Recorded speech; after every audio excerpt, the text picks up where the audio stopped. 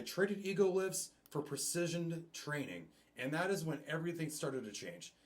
Over the last 10 years, I made one commitment to get jacked as fuck straight away from a big three: squats, deadlifts, and bench press. I might still spin the block on a bench press every now and then for fun, but they're not really centerpieces in my training anymore. Two big reasons: efficiency and longevity.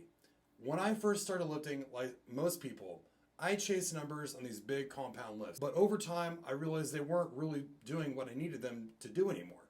They were beating up my joints, they were frying my central nervous system, and honestly, the stimulus to fatigue ratio just isn't really worth it. And I'd spend days recovering from a heavy deadlift session when I could have trained smarter with targeted volume and seen better results without the wear and tear. Now look, I'm not saying they're bad lifts.